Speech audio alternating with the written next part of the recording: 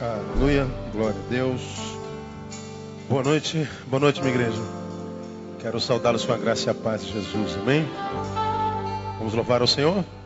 Vamos ficar em pé. Tem alguém do seu lado? Boa noite, graça e paz. Que Deus te abençoe nessa noite, derrame o óleo de alegria sobre a sua cabeça, ministrando a tua alma, teu coração, no nome de Jesus. Que seja uma noite de edificação para cada um de nós, na palavra do Senhor e no Senhor da palavra. A gente sempre começa com uma reflexãozinha que eu chamo de gotinha de sabedoria. E eu queria começar hoje levando-os a Provérbios capítulo 29. Provérbios capítulo 29.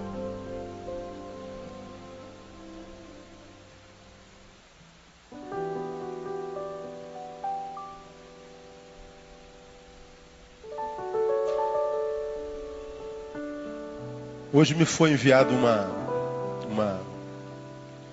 uma pesquisa que é o novo quadro que registra a realidade da saúde emocional no Brasil, do último censo. E o último censo diz que os doentes mentais multiplicaram-se na última década mais do que nos últimos 40 anos. Nós temos mais doentes mentais na última década, pessoas adoecendo mentalmente nessa última década do que nos últimos 40 anos. Em 40 anos nós tivemos menos doenças psíquicas, pessoas que entraram para o quadro da loucura mesmo do que na última década. Essa última década foi uma década de grande evolução da doença mental no Brasil e não só no mundo, no Brasil em maior escala. Eu fiquei impressionado, talvez eu toque nesse assunto outras vezes durante o ano. E a gente que lida com gente, não precisa lidar com gente, você é gente, trabalha com gente, anda na rua o tempo inteiro, tem família, tem irmãos, amigos. E é impressionante como a gente vê gente enlouquecendo, gente pirando mesmo. Como a gente vê pessoas perdendo o controle, tendo surtos. E algumas surtam e vão ao médico, tomam um remédio e se equilibram. Mas eu tenho acompanhado, tenho sido testemunha de pessoas que estão enlouquecendo e não voltam mais. É assustador. É simplesmente assustador. E os especialistas, à luz dessa nova perspectiva da saúde mental no Brasil, estão lá bolados, intrigados com o que está gerando tanta loucura, tanto desequilíbrio mental. O desequilíbrio mental não é um surto emocional, ou seja, eu fui acumulando, fui sendo tomado por estresse, por adversidade, e não tive um cano de descarga, eu não desemboquei em algum lugar, não tenho lazer, não tenho exercício, não tenho prazer. Então, de repente, eu tive uma síncope. Bum, estourei, matei alguém, fiz uma besteira dessa danada e depois eu volto. Meu Deus, onde é que eu estava com a cabeça? Não, isso não é demência, isso não é deficiência mental. Isso é uma síncope, isso é um surto de desequilíbrio temporário, mas que foi um produto de estresse. De alto impacto antagônico. Mas a doença mental é tirar a saúde do lugar. É perder a saúde mental mesmo, desequilíbrio. Não é um surto que eu vou lá, faço uma besteira e meu Deus, não, eu vou e não volto mais. E os especialistas estão impactados, querendo saber o que de fato está acontecendo. Estão estudando. Bom, eu leio o Provérbios 29 e ouso, mesmo com risco de ser mal compreendido, tentar entender a questão. 29 de Provérbios diz assim, versículo 1: aquele que, sendo muitas vezes repreendido, endurece a cerviz, será quebrantado de repente, sem que haja o quê? Cura. Vou repetir. Aquele que sendo muitas vezes repreendido, endurece a cerviz, será quebrantado, quebrado, de repente, sem que haja cura. Repita comigo, sem que haja cura. Vai ser quebrantado, quebrado, arrebentado, adoecido, sem que haja cura. Por quê? Porque foi repreendido, não ouviu, endureceu o coração, endureceu a cerviz e adoeceu, sem que haja possibilidade de cura. Senta um pouquinho. Vamos tentar entender isso aqui um bocadinho.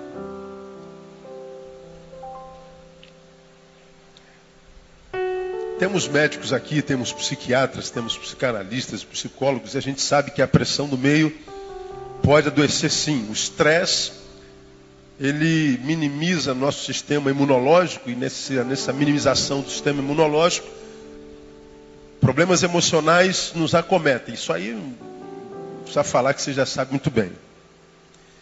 Agora, eu creio na Bíblia Sagrada e creio que a Bíblia é palavra de Deus. Você acredita nisso comigo? Amém ou não? Eu volto para a palavra. Eu sou profissional da área humana. A minha profissão é analista. Eu sou psicanalista. Minha função, minha formação é humana, psicológica. Mas a Bíblia, ela tem palavra de Deus para todo tipo de problema, para todo tipo de realidade social, existencial, emocional, psíquica, que é de uma precisão tão grande que a gente fica intrigado de como pessoas podem duvidar que esse livro seja divino. Esse texto diz uma coisa interessante: aquele que sendo muitas vezes repreendido, ou seja, se está sendo repreendido, é porque está andando no erro. Está no erro, sabe que saiu da linha, está em desobediência, seja de Deus, seja do pai ou da mãe, seja da esposa, do marido, do filho. É o pai que diz: filho, esse caminho não é bom, isso não é legal. Marido, não faz isso, está errado. Esposa, não faz assim. A palavra de Deus condena o que você está fazendo, e você vai lá e administra exortação, você ministra exortação, você prega, você aconselha. Você faz isso 1, 2, 3, 10 vezes, e a pessoa diz: eu sou dono da minha vida, não se mete na minha vida, eu sei o que eu estou fazendo, vaza daqui. E ele endurece o coração, endurece a cara, endurece a cerviz. Ele tapa os ouvidos e diz: eu não quero saber de ninguém me dizendo que eu estou andando errado. Eu sei e vou continuar aqui porque eu fiz opção por isso. É um direito de cada um.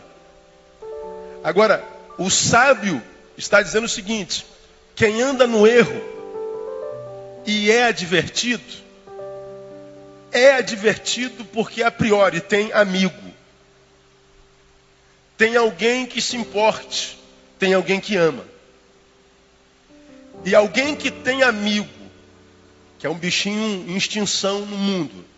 Alguém que tem alguém que lhe ama. Alguém que tem alguém que, porque ele ama, repreende do erro. E ele endurece o ouvido, o coração, a cara, a vida.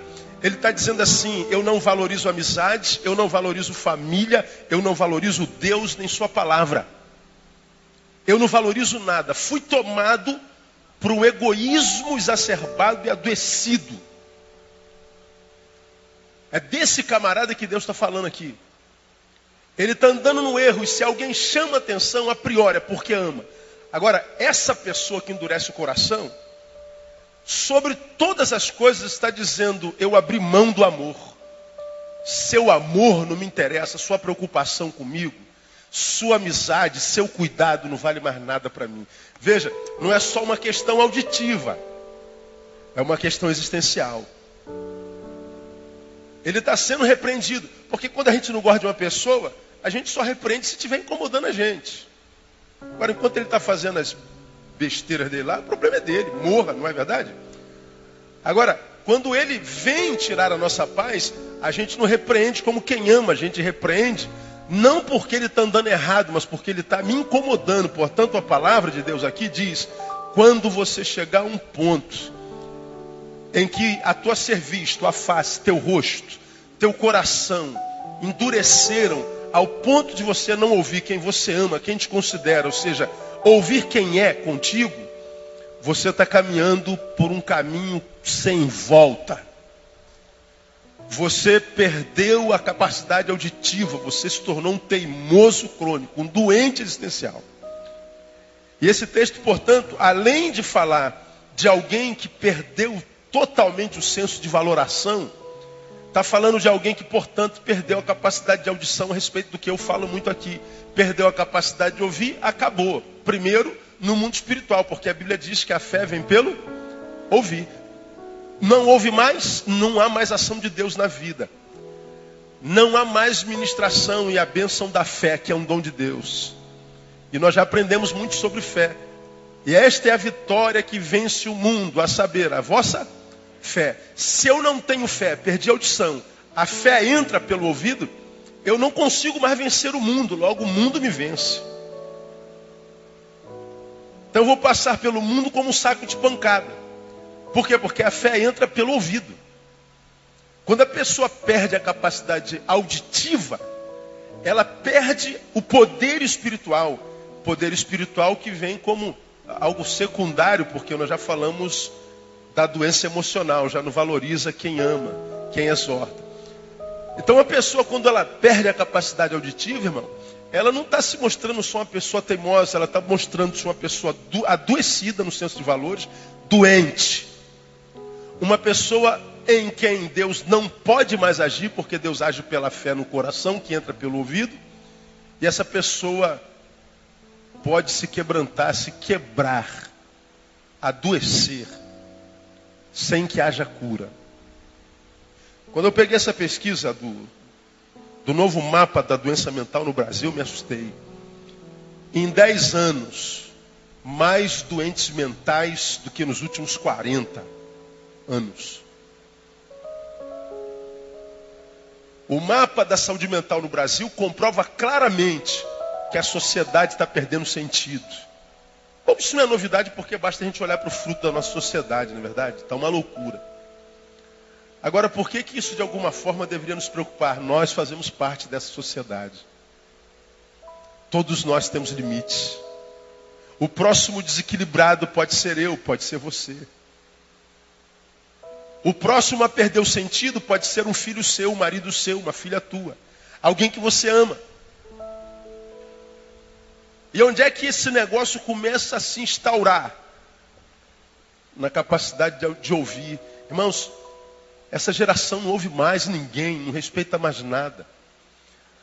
Os filhos não obedecem mais os pais, as esposas não obedecem mais os maridos e vice-versa. O diálogo hoje é através do grito. Toda vez que a gente grita, a gente está dizendo, nós estamos perdendo a capacidade de comunicação. Não existe mais obediência em primeira palavra. Faça isso. Sim, senhor. Não. Você tem que falar 1, 2, 3, 10 vezes. Você tem que repetir. Porque o ouvido parece que está perdendo sentido no corpo.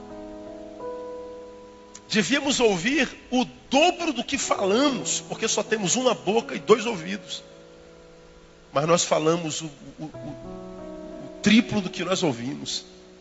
E essa palavra, e junto com o mapa da saúde mental, me assustaram demais, porque além disso que eu já estou mostrando a vocês, há outras 2 verdades que já está implícita no que eu acabei de falar. Primeiro, que a incapacidade de ouvir, ou seja, a teimosia, pode gerar enfermidades psíquicas e espirituais incuráveis. Vai adoecer, vai quebrar, sem que haja cura. Essa palavra é da boca de Deus, é de Jeová Rafá. Essa palavra sai da boca daquele que diz, eu sou o Senhor que te sara. E embora seja o Senhor que te sara, você vai adoecer sem que tenha possibilidade de cura. Simplesmente porque não usa isso aqui, ó, o orelhão que Deus deu pra gente. Perdemos a capacidade de dialogar. Toda vez que a gente entrou em litígio, a gente fala muito sobre isso no curso de noivos, diálogo conjugal. Nós entramos no litígio e temos que sentar para conversar. A conversa continua litigiosa e beligerante, em guerra. Porque a gente não sabe mais dialogar. O diálogo hoje, para muitos casais e seres humanos, não é mais diálogo. é um monólogo feito por duas pessoas. Qual a diferença do diálogo para o monólogo? Diálogo é quando eu sento com uma pessoa, estamos em litígio, imaginemos nós. Eu vou conversar com ela desarmado, totalmente desarmado, para que, quem sabe, ela me convença de que eu estou errado. Isso é diálogo. Ela vai desarmada, vem desarmada, aberta para, quem sabe, ser convencida de que ela está errada. Isso é diálogo. Agora, quando é um monólogo feito por duas pessoas, é quando a gente entra armado para convencê-la de que ela está errada. Portanto, eu não estou disposto a ouvir. Eu vim para te convencer. Eu vim para falar. Nada do que você fale mudará o que há em mim. Bom, ela vem da mesma forma. Eu venho armada para te convencer que você está errado. Então nós estamos ouvindo duas bocas, ouvindo a manifestação de duas bocas, mas nenhuma ação auditiva. E quando se encerra o diálogo, inicia-se a guerra. Toda guerra nada mais é do que a comprovação de que o diálogo terminou. Então, meu irmão, eu diria para você nessa noite, porque é o Senhor quem diz para você nessa noite: não menospreze a sua audição espiritual, existencial. Se você, à luz dessa palavra, se reconhece como alguém que não ouve, alguém teimoso ao extremo, alguém soberbo que acha que sabe tudo, que não consegue ouvir uma verdade contra você, de tocar na sua ferida e você vira logo um bicho. Você não sabe ouvir? Então saiba que você, mais cedo ou mais tarde, quebra, sem que haja possibilidade de cura. E esse quebrantamento, na minha perspectiva, é biopsico-espiritual. Esse mapa da doença mental, para mim, é comprovação cabal de que a palavra de Deus é de Deus. A teimosia pode gerar enfermidades incuráveis. Por último, a saúde biopsíquica, espiritual, de uma pessoa tem a ver com a sua capacidade de obediência, portanto.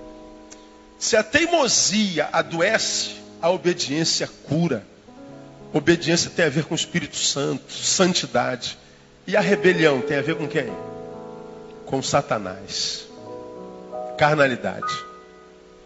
O diabo se tornou diabo a partir da sua desobediência, a partir da sua rebelião, a partir da sua soberba. Então, quando a gente obedece, irmãos, nós estamos desenvolvendo um ato espiritual. Não importa a quem a gente esteja obedecendo, se é superior a gente tem que obedecer. Se é igual a gente, está com a razão, a gente tem que obedecer. Se é menor que a gente, o que diz tem sentido, nós temos que ouvir. Porque a obediência glorifica o nome do Senhor Jesus. Melhor é obedecer do que sacrificar.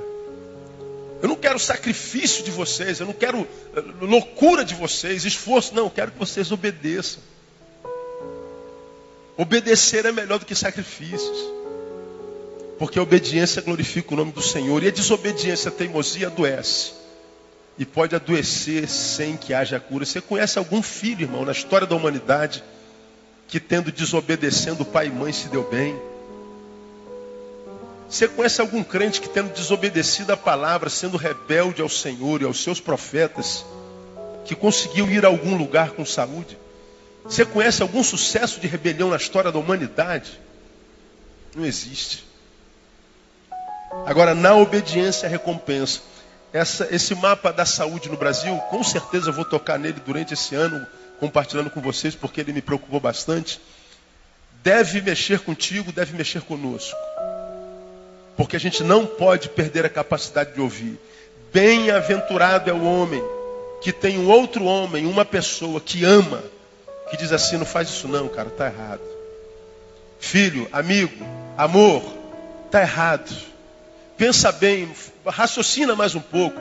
Não faz assim não. E se está falando contigo, é porque ama. Não despreze o amor de alguém que te ama. Porque o amor está esfriando na terra. E que ainda tem algum resquício dele ao seu redor, devia levantar a mão para o céu e dizer: louvado seja o Senhor por esse amor que direcionam a mim. Porque por se multiplicar a iniquidade, o que aconteceria? O amor de muitos esfriará. Preguei sobre isso domingo. Um palavrão, não foi verdade? Então, cuidado com o teu ouvido.